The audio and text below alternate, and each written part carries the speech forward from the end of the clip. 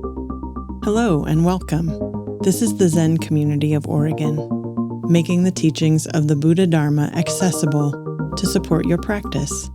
New episodes air every week.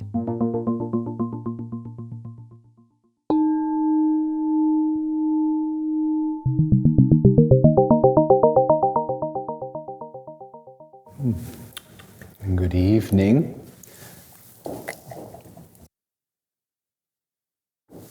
Good evening, happy autumn.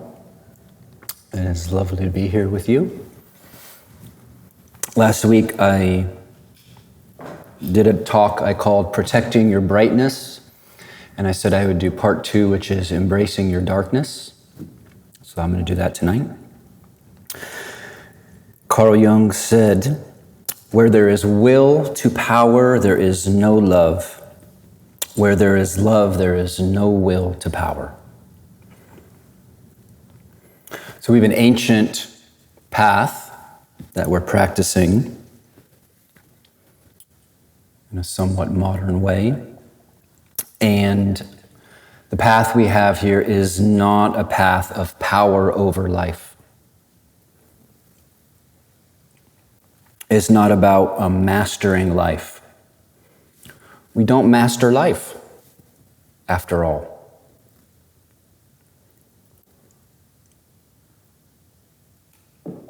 We don't get the whole picture of this situation. It's not the lot of human beings to get the whole picture. That's why we love narratives that propose to offer the whole picture, because it's not something we actually get, but we can be given a facsimile. So our path is not a path of power over life. Despite our best intentions, relationships splinter. You can do everything right. You can take all the workshops. You can do all the NVC or the PVT or whatever's sexy these days. Relationships splinter. Despite our diligent practice, longings surface that are incongruent with our aspirations. We don't get rid of the things that we hoped we would get rid of. Although we tend to hope someone else out there or on our screens has gotten rid of those longings that we feel are incongruent with our aspirations. Despite our careful mindfulness, we still say or do some things that are hurtful sometimes. We don't extinguish that. Despite our spirituality, our humanness.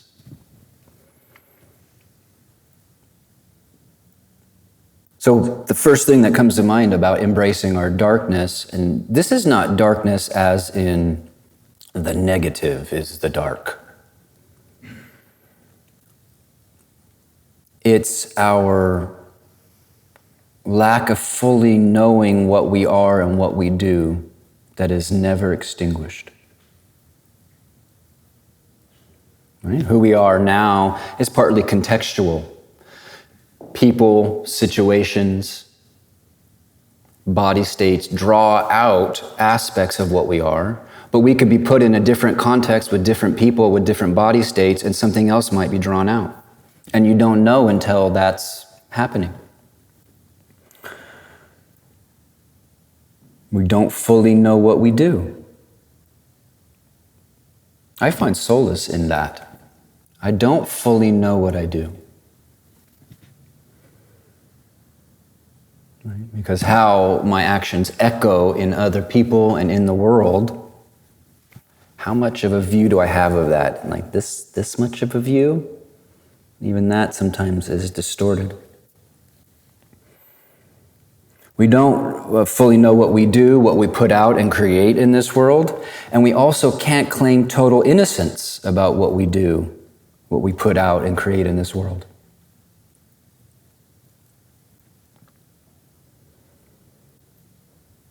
So in a sense, we walk this path in the dark. This this path of human being, this path of Dharma? Are we wisely walking? Are we informed by previous sages walking?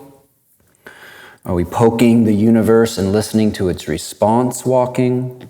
Are we learning through mistakes walking? Are we like a pinball bouncing off stuff walking?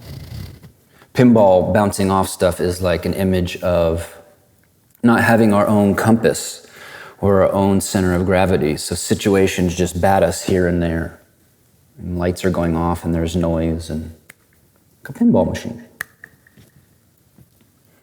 Is some divine thread pulling us? Is that how we are walking in the dark?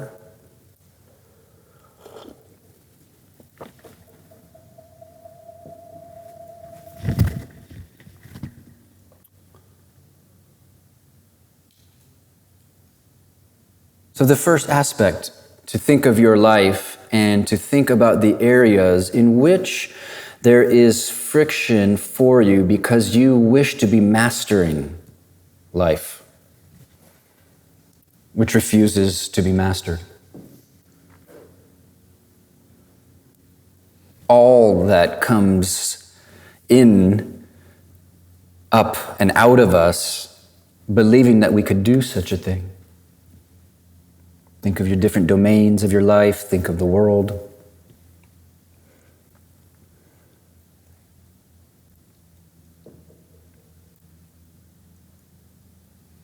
Ultimately, this isn't even power over your own mind. That's an important stage of practice, realizing that you have more sovereignty than you probably believe. You have more sovereignty not only about what you think, but about how you respond to what you think. You have more sovereignty to rest in awareness than you probably think. A thinking mind doesn't really touch it.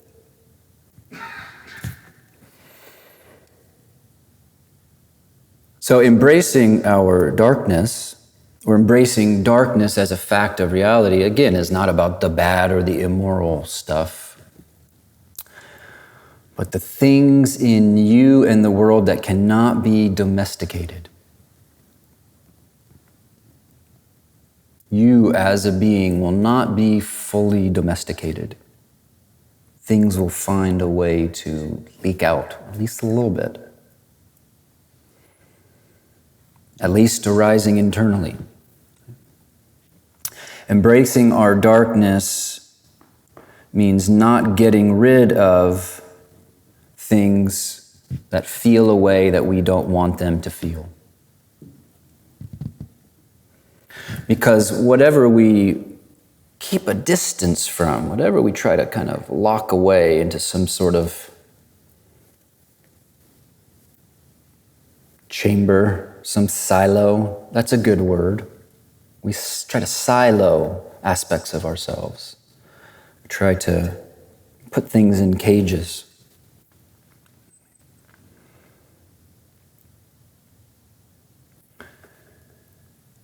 So I am advocating for companioning our pain and confusion.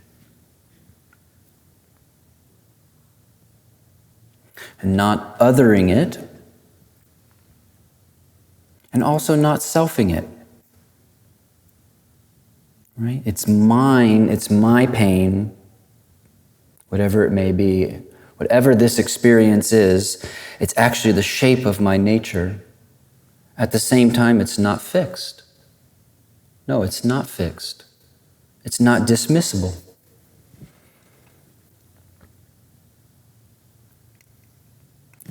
You and I are not beings to be sterilized.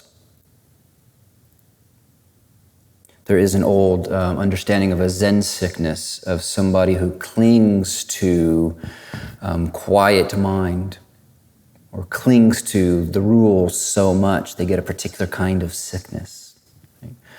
And the sickness is not that they're doing it wrong so much as they're siloing themselves. They're not willing to companion in a whole way. Companioning our pain and confusion. So in a way, realizing some measure of brightness of spirit, as I was talking about last week, is easy if you center practice in your life. It's actually not all that hard to realize some measure of bright, clear mind. It's what's there when you clean up a bit. It's just what's there. It's just a basic existential fact. It's not, as I said, for special or spiritual people. Anybody who's willing to do the work will recognize, oh yeah, there's a bright clarity to my mind when it's not full of stuff. It's not so difficult. What's hard is seeing that your pain and confusion, first of all, is not necessarily obliterated by that brightness. What's hard is seeing, experiencing, or even just to have faith that your pain and your confusion is that brightness itself.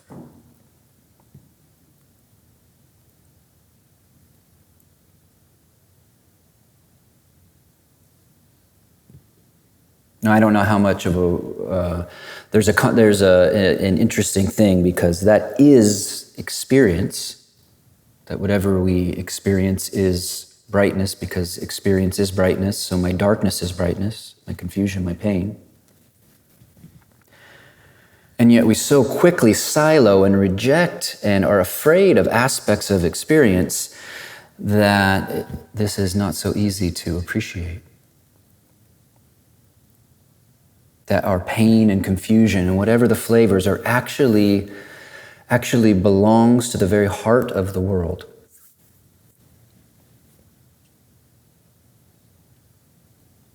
And actually, as a beginning way to practice this in your particular style of pain and confusion, see what happens if you stop and say, this belongs to the world.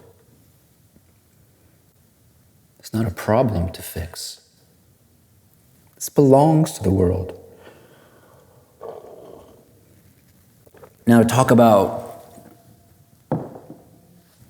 there's an old Chan saying that says, preach what cannot be practiced, practice what cannot be preached.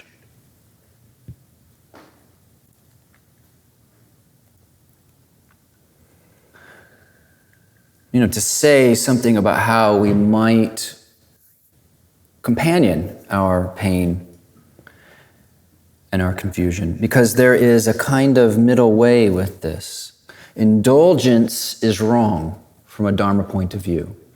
Making a narrative, making a personality wardrobe out of our pain and confusion is considered wrong in Dharma. That's one side. The other side is rejecting, saying no to, saying this doesn't belong. Between those two, there's some other opportunity.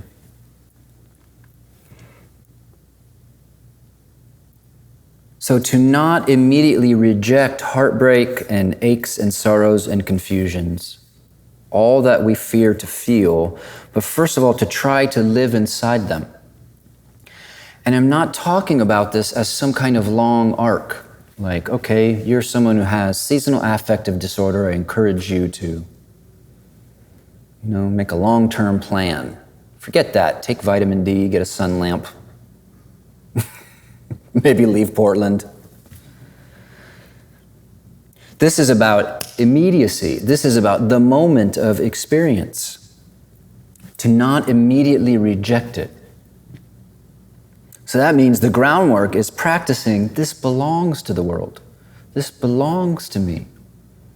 This wasn't like a pile of poop that is now dropped inside me, like some kind of mistake of the universe that I'm feeling these things.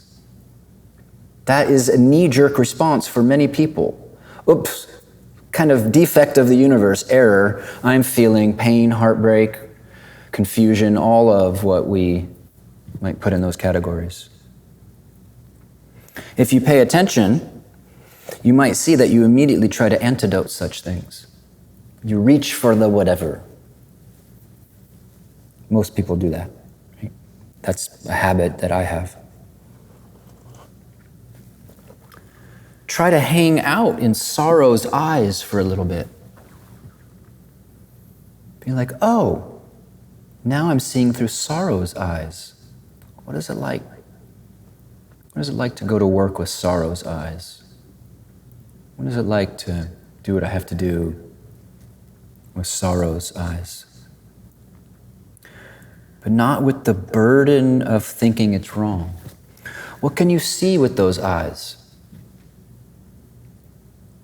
What can you see with those eyes that you don't get to see with your other eyes?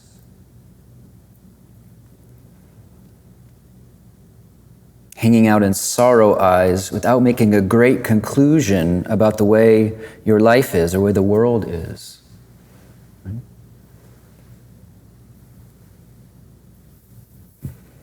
Or allow confusion as one of your modes. Okay? For some people, the sorrow thing is easy. They did goth in high school. Sorrow, no problem. The rains are coming, easy.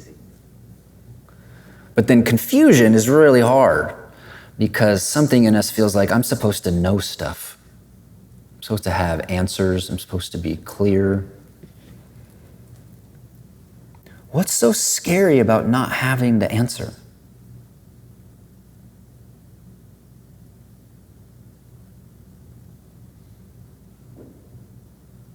What's so scary about being stripped of certainty? Why is that so hard? To allow confusion as one of your modes, to wander a little bit in confusion. Again, don't identify it. Don't make a grand narrative. Don't make personality wardrobe out of confusion. But, oh, this is one of the ways the universe likes to experience life. Why don't I try on how the universe likes to experience? I'm confused. I don't know what matters, what's right, what is on TV tonight, what's for dinner. That one drives my girlfriend crazy. I never know what's for dinner. She wants me to know what's for dinner.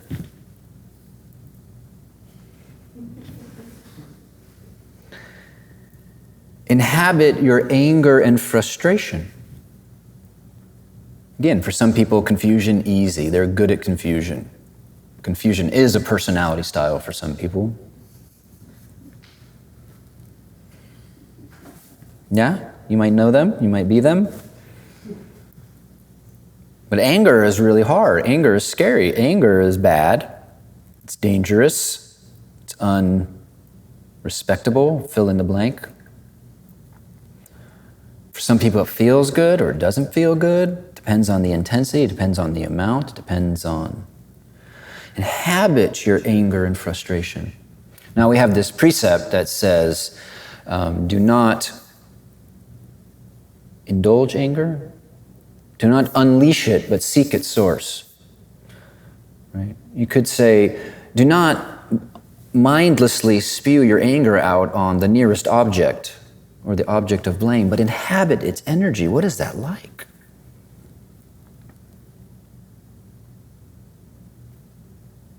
It's very important not to unleash it. You can mess your life up.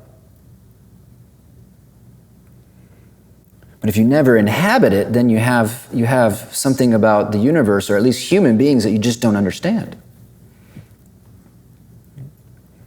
So wearing anger and frustration, it speaks, it communicates through its very energy.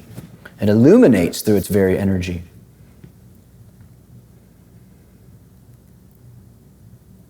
You can't cut it out. If you cut it out, you'll be depressed.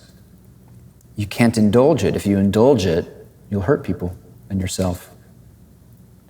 So wearing but not unleashing or solidifying irritation, anger, this is part of awakened practice. There were some Zen scrolls from the past that, like Zen art that have like demons sitting on cushions. That might have been very helpful in a monastery where there's people who, when you're in just religious organizations, the archetype of purity tends to get called up. People think, I should do this purely, and they feel they're supposed to be pure. Right? But then there would be hanging outside the zendo kind of a monk with horns, sitting pissed off on a cushion. That's a visual koan.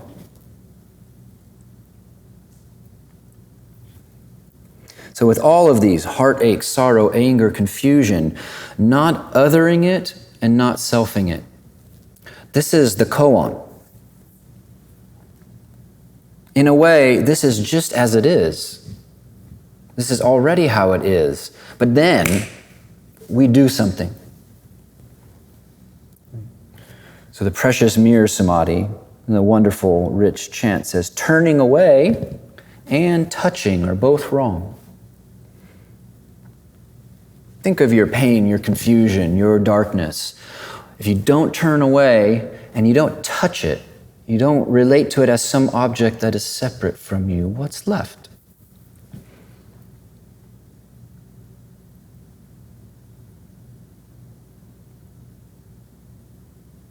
So aim for experiencing and sharing brightness.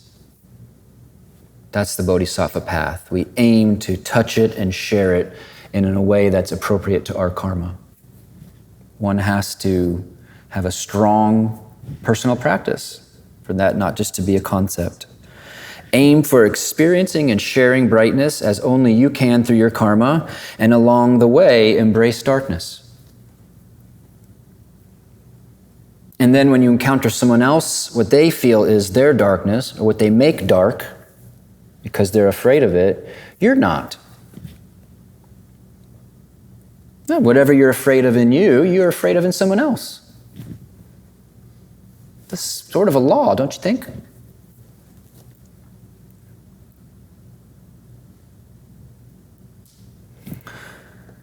I had a really long poem I want to read you, but it's really long.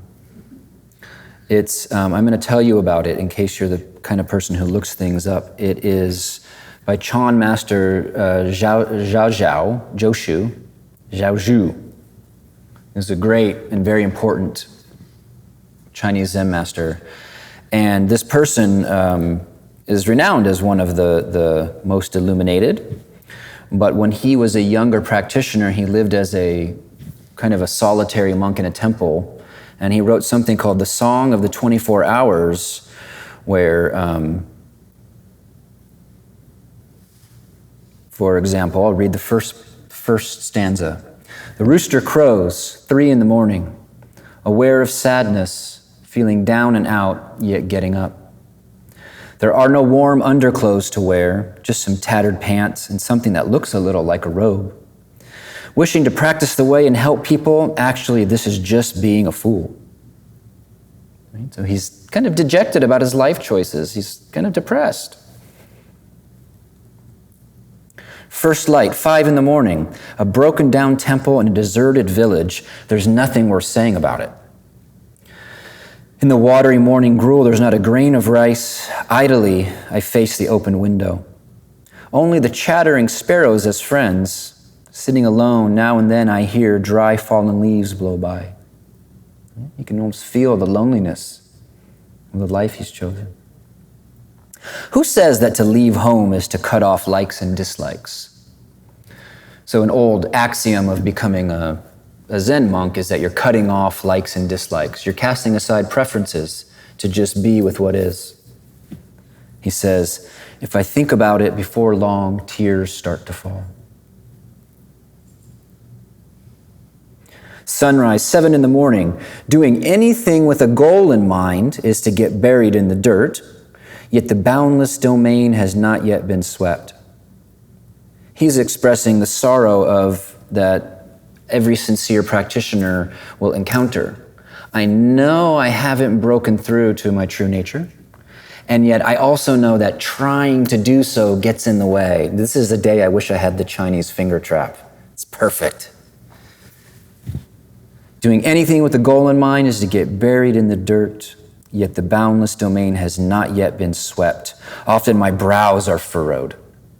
Right? He's frustrated. Seldom is my heart content. It's hard to put up with the decrepit old man in the village. He's a complainer. Even Joshu was. Donations have never been brought here. An untethered donkey eats the weeds in front of the hall. It goes on, and actually, as the day goes on, he rests more and more in his brightness. Maybe I'll return to this later.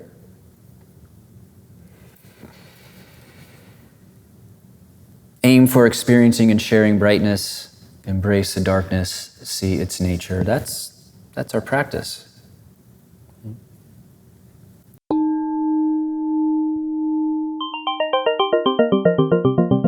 Thank you for listening to the Zen Community of Oregon podcast, and thank you for your practice.